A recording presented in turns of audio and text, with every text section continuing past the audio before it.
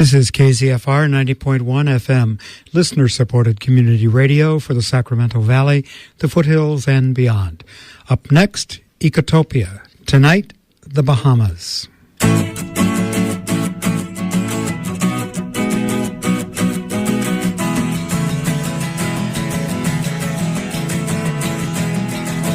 They paved paradise, put up a parking lot with a pink hotel, a boutique, and a swinging hot spot. Don't it always seem to go that you don't know what you've got till it's gone? They paved paradise, put up a parking lot.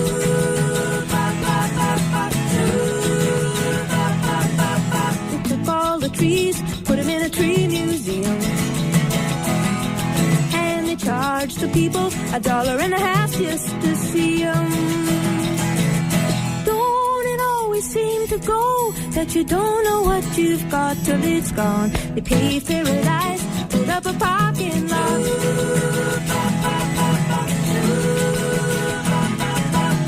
Hey, farmer, farmer, put away the DDT now. Give me spots on my apples, or leave me the birds and the bees. Please don't it always seem to go that you don't know what you've got till it's gone. They paved paradise, put up a parking lot.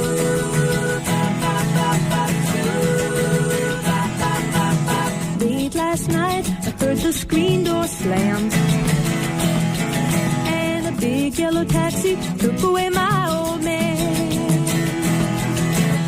Don't it always seem to go that you don't know what you've got till it's gone? They paved paradise, put up a parking lot.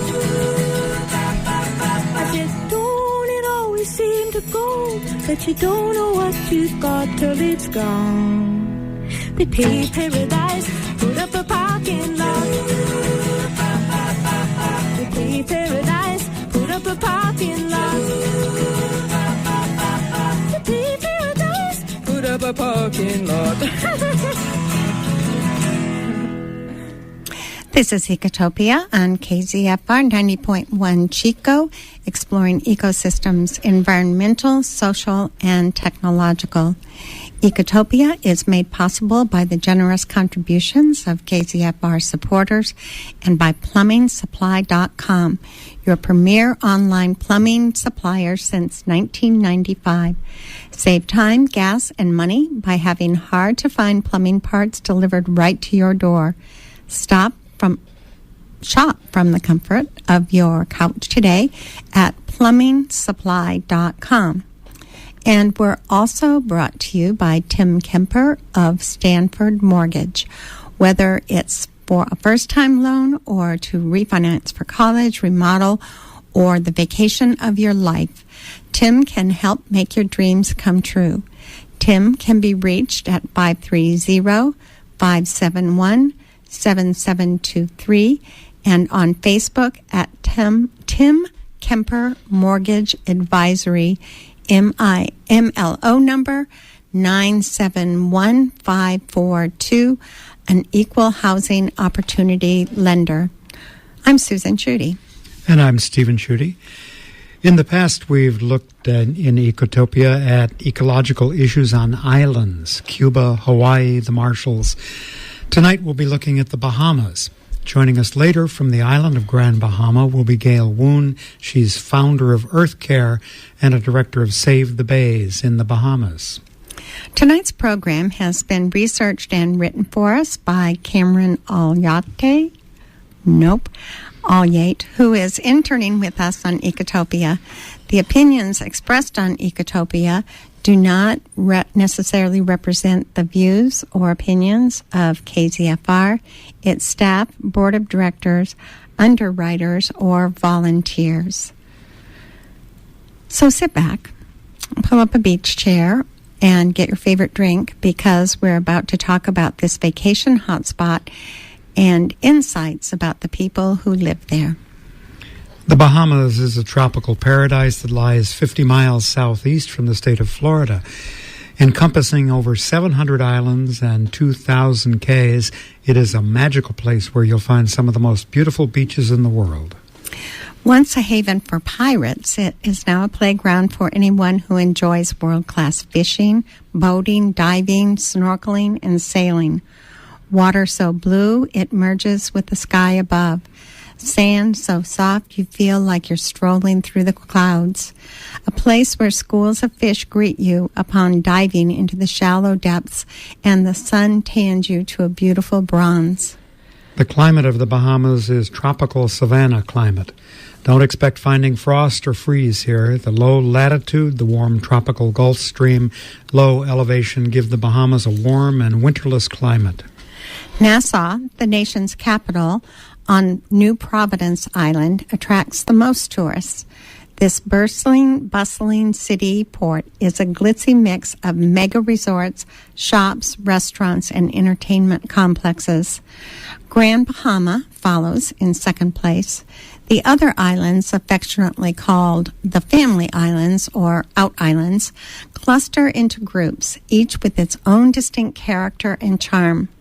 Slung like pearls across the shallow Bahama banks, the Abacos and Exumas offer some of the world's best waters for boating and sailing. These peaceful islands are dotted with isolated fishing villages and secluded beaches.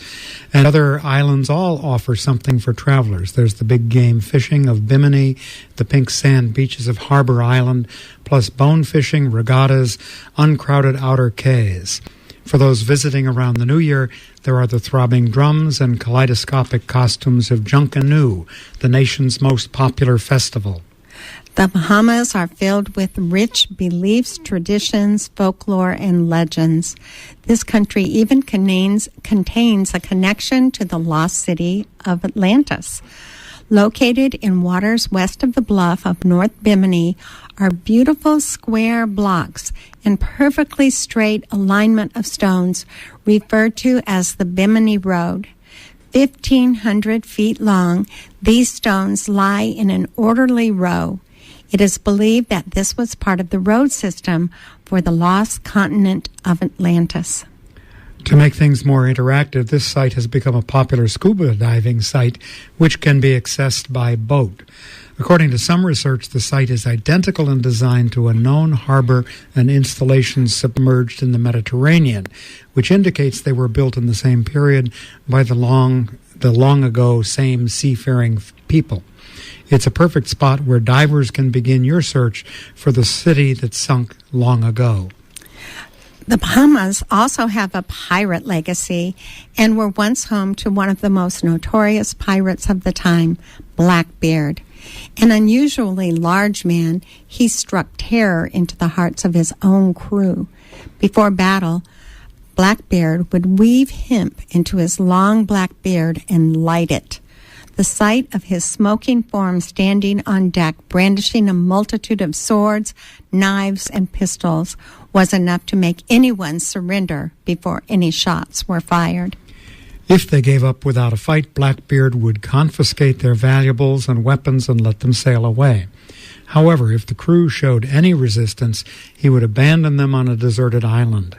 When Blackbeard lived in Nassau, the capital of the Bahamas, his fellow pirates appointed him magistrate of their privateers' republic.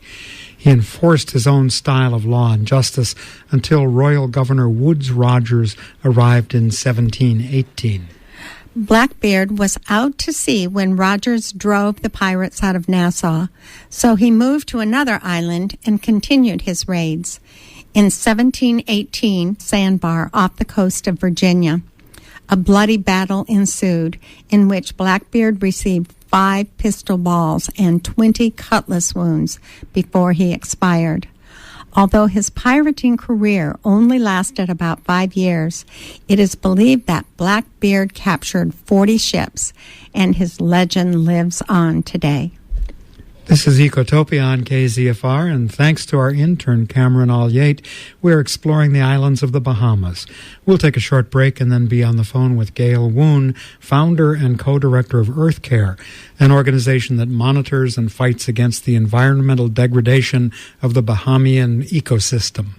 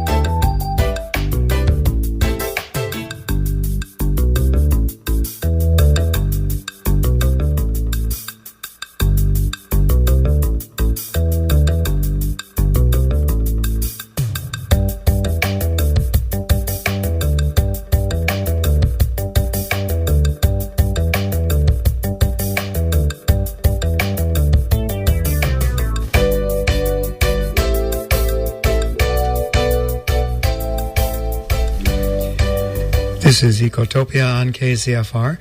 Tonight we're discussing ecological and environmental issues in the Bahamas. We're delighted to have on the phone from the Bahamas Gail Woon. She's the founder of EARTHCARE. It's an environmental education organization that works to empower students and teachers to get involved and be proactive with their voices. She's also been involved in numerous other environmental projects and campaigns in the Bahamas, and we'll ask her about those as well. Welcome, Gail Woon. Thank you so much. I'm so excited to be in your company. Well, we're excited to learn a little more about you. You've worked all over the world on environmental and activist issues, but you settled in the Bahamas, and that's your central focus. Please tell us how you got there and why you decided to focus on the Bahamas. Well, actually, because it's where I'm from. This is home. I grew up here. My parents are here. My whole family's here. And so I went around the world, but I ended up coming home in the end. So it's very important to me that we preserve the pristine areas that we have left. So did you work on environmental issues before you went back home as you were traveling? Well, or mainly, were you? I'm a marine biologist by training. Okay. So when I did work in other countries, I was mainly doing marine biology type things. When I worked in Australia, I was the microalgologist for a barramundi hatchery in far north Queensland. Okay. And so that was some work that I originally trained for at Harbor Branch Oceanographic Institution in Fort Pierce. Mm-hmm. There I worked for the Center for Marine Biotechnology, our aquaculture program. So I was growing anything from phytoplankton up to finfish, bivalves, and the whole hatchery cycle of anything that grows in water, basically. Mm-hmm. We want to focus a little bit on the environmental issues and problems in the Bahamas. There are a lot of them, and everything from potable water to trash disposal and maintaining beach and the impact of tourism, the coral reefs, which we're worrying about now all around the world, storms, climate change, pollution. What are some of the things that what are some of the big problems that are facing the Bahamas, other than the ones I mentioned, or including the ones I mentioned? Basically, all the ones you just talked about.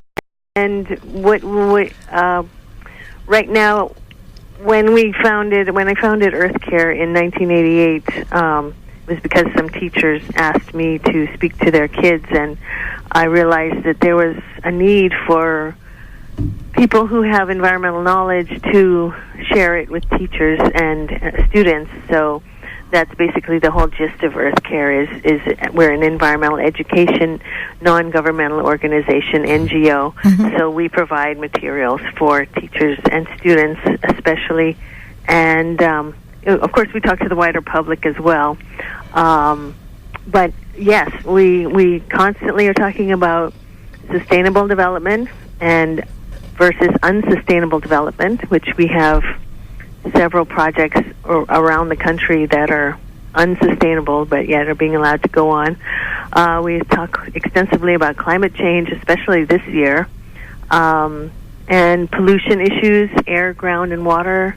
We also touch on invasive species, which I think a fish that would probably be native in California is really a bad thing here in the Atlantic side. It's called the lionfish, and that has become established from Rhode Island on down as far as South America, I think. And so that's having a big impact in the Bahamas on our fisheries, because they grow fast and they eat anything that moves, and of course they love to eat the small stages of our commercially important fishes as well, the conch lobster and our finfish, the grouper and the snapper. So that particular species is having a huge impact from from the eastern seaboard all the way down past the Bahamas.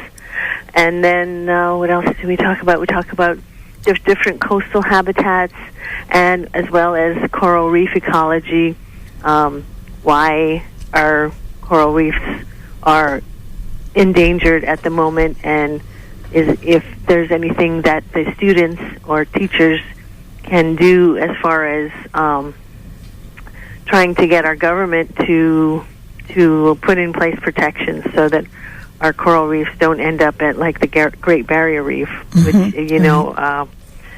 just recently they lost about 93% of the living corals in the Great Barrier Reef.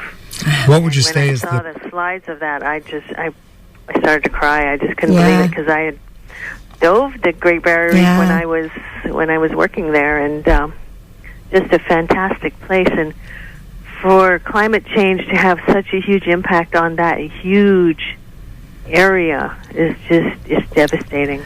Could you describe for us what's the state of degradation? I'll give a little background. We've also talked with Robert Wintner, who goes by the name of his pen name is Snorkel Bob, and he talked to us about the reefs in Cuba, which he said are still pretty clean because the Cubans have lacked insecticides, poison. They haven't had quite the tourism. Are those similar threats in the Bahamas? And how much is the degradation of the coral reefs at the moment? Right now, our coral reefs are stressed. They're showing signs of stress, which are exacerbated in developed areas. To show you a case in point, there was a small island about 6 miles long in the Abaco chain. It's called Guana Key, and I don't know, 15 years ago, possibly 20 years ago, the government sold a lot of the property, the Crown Grant land, which means it belongs to the people, at unbelievably low price, like 50 cents an acre, to a developer from California who did a big development called Baker's Bay. And the people who lived on the island, there were about 300, were never consulted. The development ended up cutting a hole in the center of the island to make a marina for the big yachts, which, of course, ruined the water table. Plus, they put a golf course all the way around the coastal area, which, when we sued them, because the residents were able to raise enough money to hire a lawyer, and they were taken to court. The government was taken to court as well as the developer, because everything had been done without permits in place. They hadn't followed the normal rules that they should have in order to do the project. They just went ahead and just did everything they wanted whenever they wanted. And so through the course of litigation, we were able to stop it for about a year, I think, because they ended up going to Privy Council in London. But through the testimonies, and we had reef scientists come in and warn them that, you shouldn't put a golf course on the beach. You just shouldn't do it because of the runoff from the fertilizers and such. So now that poor area is, I have slides that just show how devastated it is. There's areas that should be nice, clean sand are now showing proliferation of blue and green macroalgae, which is a pollution indicator. And then further out, the corals are being overgrown by that same algae because it's doing so well in the golf fertilizers. Right. Yeah. So, it's some areas are really good where they're away from development. So that's one thing, but basically our government at the moment is trying to get big developments on every island. And usually that means they do silly things like golf courses on the beach. So it's been a constant battle. Do they have to have things like, not that it necessarily works here, environmental impact statements or anything that is to be reviewed before Well, legally? that's a point of contention for us. Throughout the several lawsuits that we've had to bring against the government for various developments, including Bimini, what has come out is that although we do have laws in our legislation that require environmental impact assessments, a lot of the developers don't do it until after they've started construction, which is a bit counterintuitive. And they usually only do it once they've been called out and say, when environmental groups like EARTHCARE and the Bahamas National Trust and various other groups say, okay, where's the environmental impact assessment? Right. So now we have a thing called the BEST Commission, the Bahamas Environment, Science, and Technology Commission, which unfortunately is a toothless tiger in that it doesn't have any way to enforce any of our laws. It can just make statements to government. So, but within the BEST Commission, they're supposed to review the environmental impact assessments. But like when I worked for Disney, when they did Pirates of the Caribbean 2 and 3, there was supposed to have been an environmental impact assessment done of the tank area where they actually cut a square out of the coastal area to make somewhere where they could film the ships. And again, the environmental impact assessment was done after the construction had started, which was you're basically a day late and $1 short. That sort of thing should be done prior to. And so what ended up happening, the people who live nearby can no longer use their wells because of the saltwater intrusion. And as well, the area that was excavated wasn't bulkheaded properly. So now all the rock and fill and dirt that was dug up, the ocean is reclaiming that land and taking all that dirt and rock and putting it on the beach, so the people who live there have to wear shoes to go swimming. Oh, my gosh. And they've got rocks on their beach. They're in front of their $1 million houses, which they probably can't get $1 million for anymore. So you said that there were 300 people or so living on this small island that was turned into basically a big development. Who are the people who live in the Bahamas? And is it, do you have a lot of transplants or what's the population? It's interesting. We do have a lot of, it's a cosmopolitan mix of people because we have, generation Bahamians who are from all different ethnicities. Most of the population is what we call Black Bahamians, who are descendant of the slaves that were brought over to this hemisphere many years ago. But then you have white Bahamians who are also descendants of people who came over from probably the United States during Civil War and all those 1700s, 1800s, and they came to escape whatever they were escaping in the States, and they've started plantations and that. And so there's many generations of people, as well as we have a lot of second homeowners. So that is people from all over the world, Europe, China, the United States, South America, who are actually come and buy second homes and if not retire here, they come and live, and so it's a nice mix of people. You meet people from all over the world. As well, we have tourists who come, for short periods of time as well.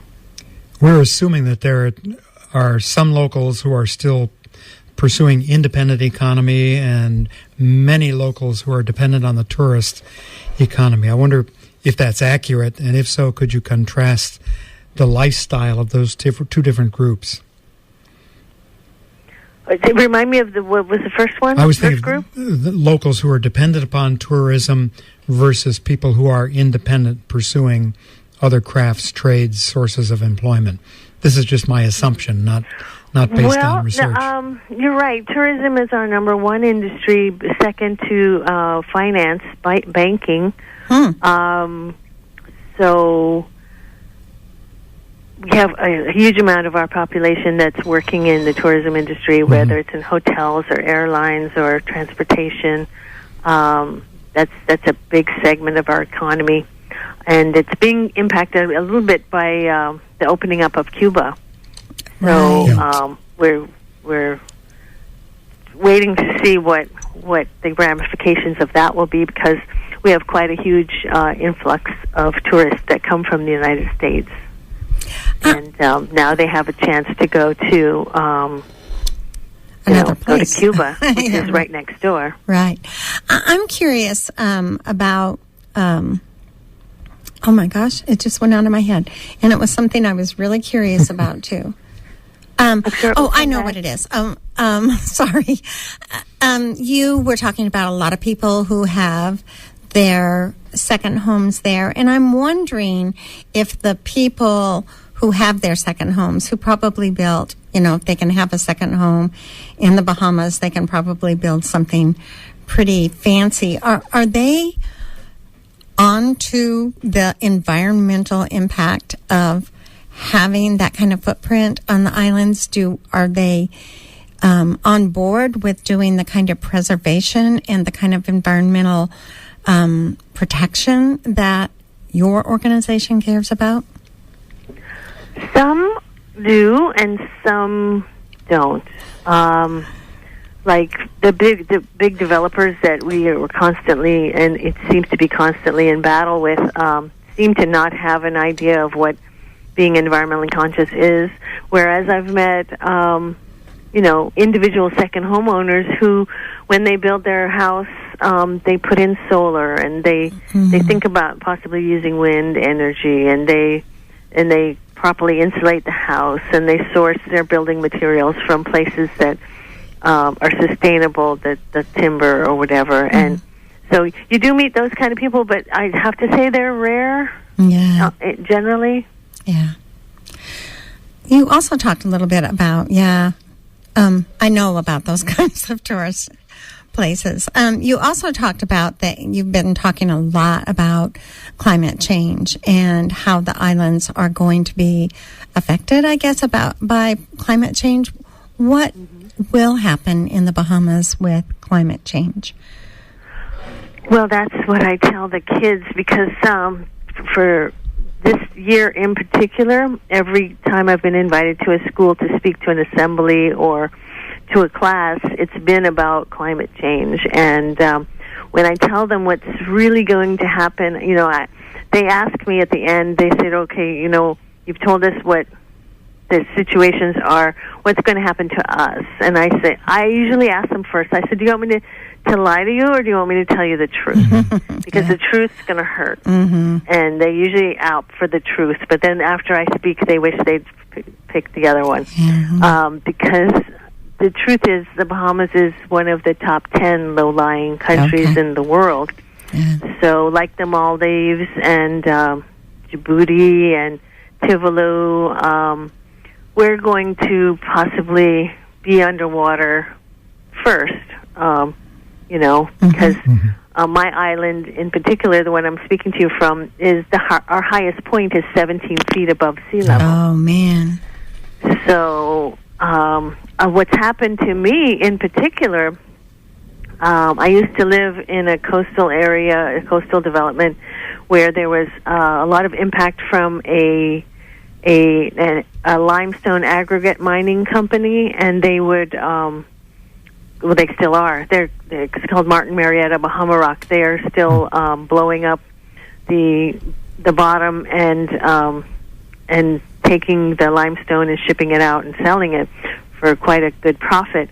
But what they were doing was, with every blast, they were shaking the foundation of our houses, and cracks were forming in our houses, and we were trying to get them to stop, or at least, use less explosives or do something. And but in addition to what they were doing to our houses, they were also changing the geology of that particular part of the island where there's a big harbor. And the underwater geology, underground geology of our island is such that there's tunnels and cave systems that run from end to end of the island. And prior to them digging this big harbor, all of those underwater cave systems were connected. My uncles had did a dye study with some scientists in the 60s and put dye at one end of the island in a cave, and it came out the opposite end of the island, offshore in the ocean. It was a fluorescent dye. But if you did that today, it wouldn't go through because those systems have been disrupted. But saying that to say, our house in the Queens Cove subdivision, with Hurricane Floyd in 1999 and Hurricanes Francis and Jean in 2004, we had saltwater storm surge that came up from the hurricanes. I had 5 feet of saltwater in my house. Oh, my. And so I was taking a course in international environmental law, and in the discussion group, they referred to me as an environmental refugee because of, being homeless because of the hurricanes, because of climate change and unsustainable development. So I have actually lived through, environmental problems, disaster, and it's a challenge. So is the land sinking, do you think, from the change in the geology and the collapse of the caves? Or can you tell that? I don't think it's sinking so much as the impact of storms is worse because whereas if a storm hit the island from a certain direction prior to this, there would be flow underground through those cave systems.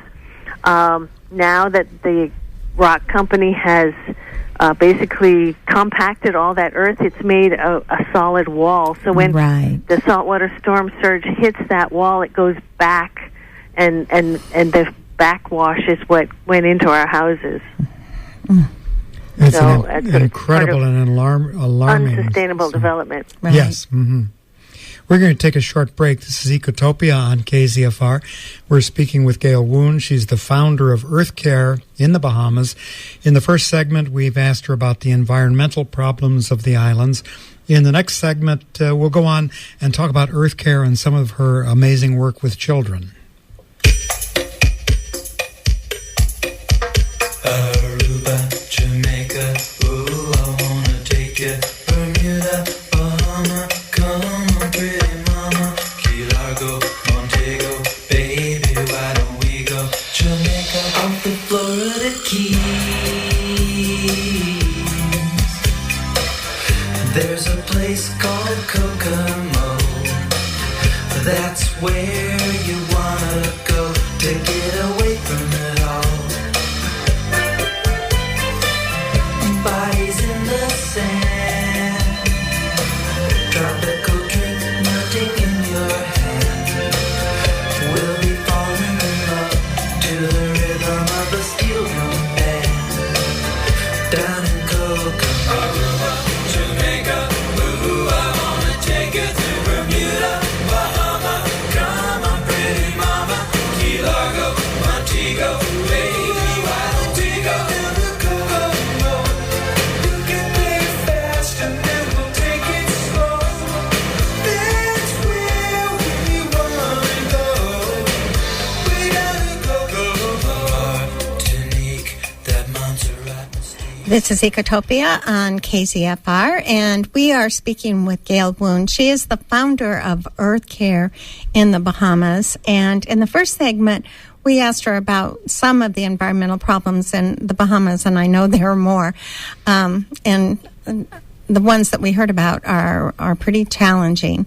In this segment, we want to talk about some solutions, some things that she's doing to educate people.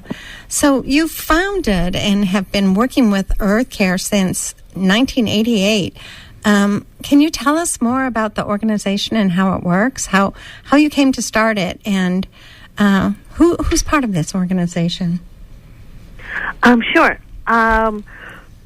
What happened was I came back from my work in Australia, and a friend who was a teacher heard I was back, and she asked if I would talk to her grade 2 class about the ozone layer. And I said, well, why would the second graders be interested in the ozone layer? And she said, well, that's what I want them to know about. I want them to understand that there is one and what's going on with it. so I said, okay, I'll try. And so it was a big challenge for me to try to take that heavy issue and make it something that the grade 2 kids could understand. But she seemed to think I did it okay. And then I don't know, maybe she told someone else who told someone else, and then I was getting more requests from different teachers at different schools to come and speak to them about various environmental issues. And so I decided, well, gee, I'm going to need someone to help me. So I asked some friends who were interested in the same things I was, and we all volunteered together, and we ended up forming this organization of volunteers. No one gets paid.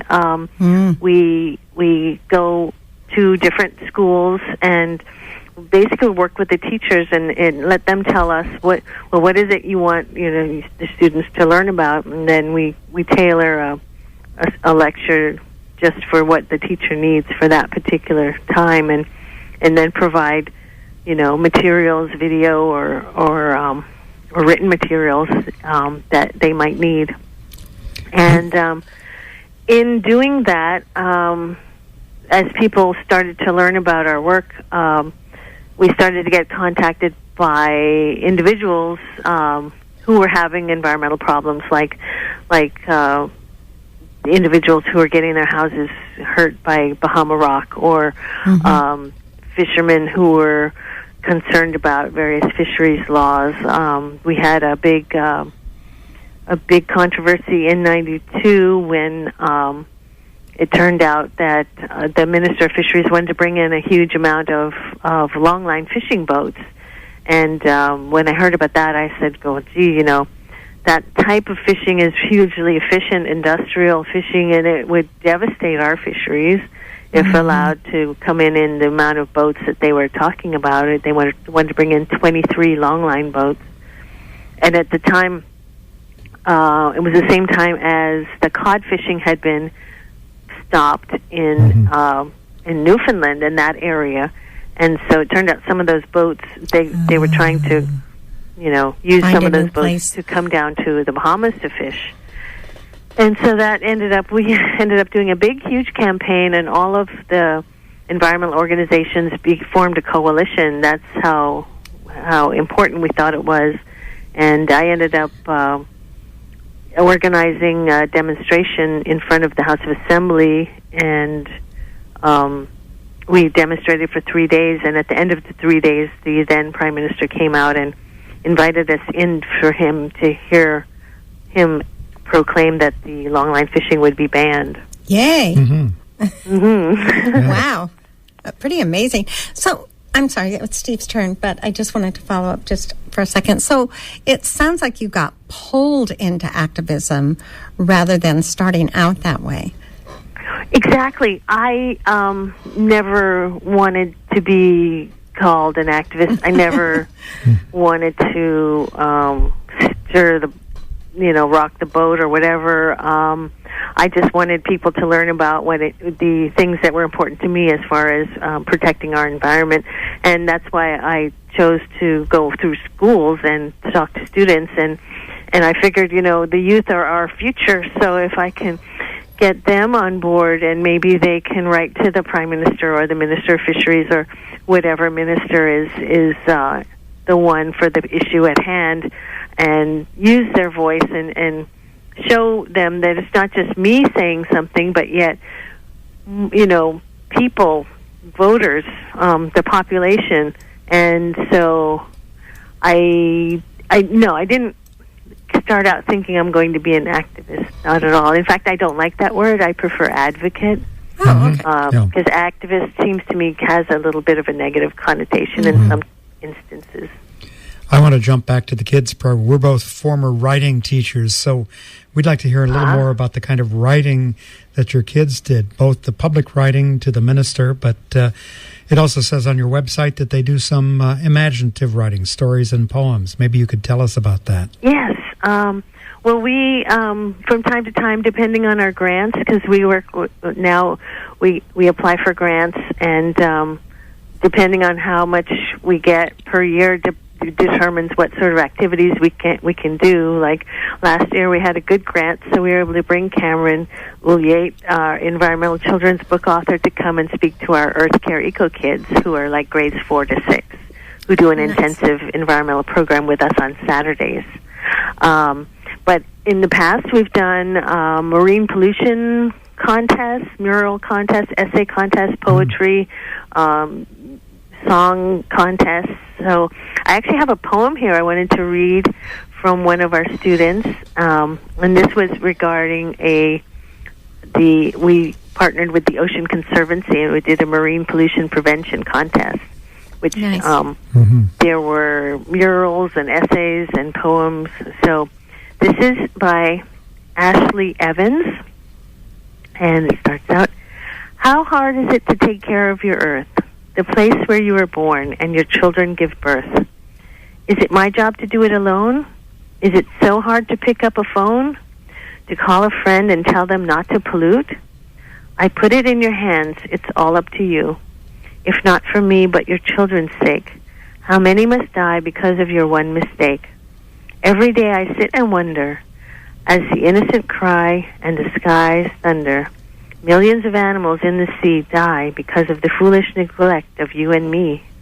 Do you think of the animals when you dump garbage into their homes where they live? Instead of taking all the time, why don't you just give? You sit and listen every day, but are you really listening to the words that I have to say? You watch the crime, but yet you do nothing. Instead of taking out, you just keep putting. How many must suffer before you realize dolphins, the whales, are sure to die? Think about what you're doing. Is it really fair? So why don't we get together and respond to EARTHCARE? Fabulous poem, and it's amazing how much she packed into it shows the power of imaginative writing, that when kids Isn't it great? Thing like poetry, they really pull it all together. That's wonderful. What else do you do with the kids in the program? Are there other aspects that we should hear about? Well, last Saturday we did the third of our, what we're calling an eco art class.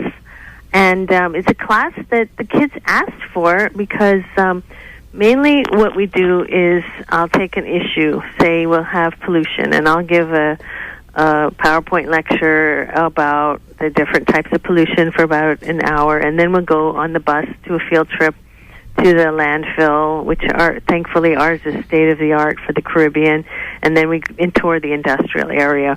Or like when Cameron was visiting us, he spoke to the kids about the creative writing that he does and talked about all the different aspects of his books. And then we took him out to a beach, and we all participated together in a beach cleanup. Also, we've brought in shark experts from Bimini, and they talked about the sharks to the kids. And then we went on a big glass-bottom boat, and the captain actually dangled a fish from a rope with no hook on it, and then the sharks came up, and the kids were able to see the sharks eating the fish right there in front of their eyes, and they were just mesmerized. And we go to there's an old Freetown farm where they can see the horses and the farm animals and the chickens and the rabbits, and they get to ride horses. We talk about humane treatment of animals. And so what I try to do is have an issue for the day and then a fun field trip to reinforce the issue. So saying that to say, with the art class, I happened to bring some painting stuff that I needed to do for an art class I was taking, and the kids saw it, and they said, oh, can we do an art class? And Nice. I said, well, I guess so.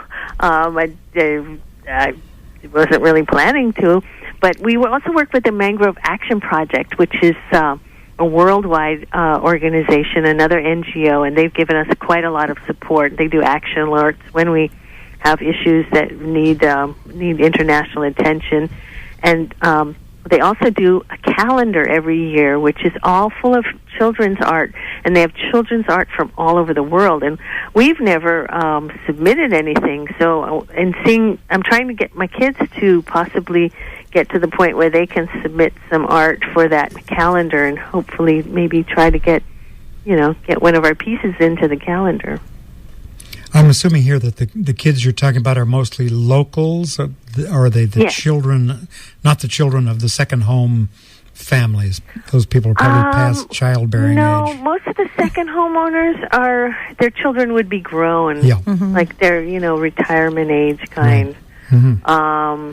There are younger families that are here working in different companies, and they still have school age children.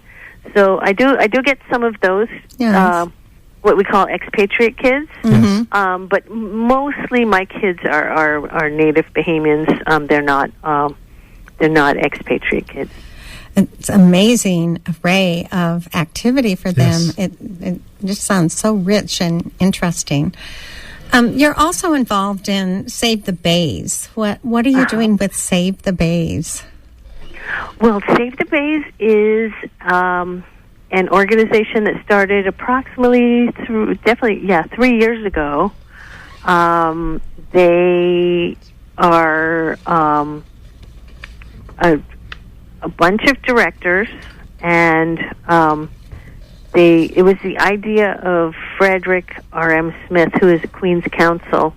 He actually was the lawyer I was speaking about as for regards to the Baker's Bay development and the Goanna Key case. He has since gone on to do at least 5 or 6 environmental cases that have made history and actually helped to change our laws. Nice. So it was his idea to do Save the Bays, and he was able to get a man called Louis Bacon, who is an American hedge fund person. He's very wealthy, and so we were able to start this organization, and we have at least 6 to 8 core things that we're working on. One is about oil, trying to get proper legislation with regard to oil and how it's treated, because we have a big power plant in Nassau that regularly is leaking oil onto the coastline, and it's been happening for many years, and it's horrendous that it's still being allowed to happen. And as well as unsustainable development, we were able to take the developer of the Bimini Bay development, it's now called Resorts World Bimini. They were doing a big cruise ship terminal, and again, they didn't go through the hoops they were supposed to in this order they were supposed to, and environmental impact assessments weren't.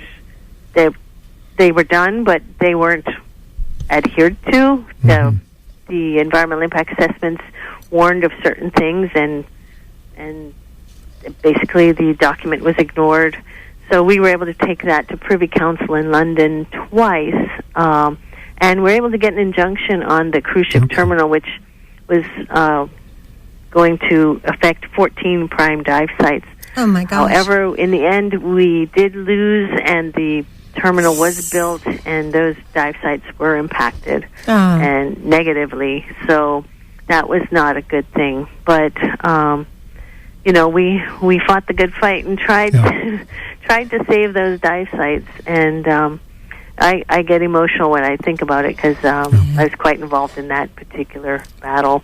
We hear that story repeatedly, too. That sort of the philosophy of the developers is go ahead, ask for permission later, but once you've got your cement in the ground, it's really tough to stop those projects.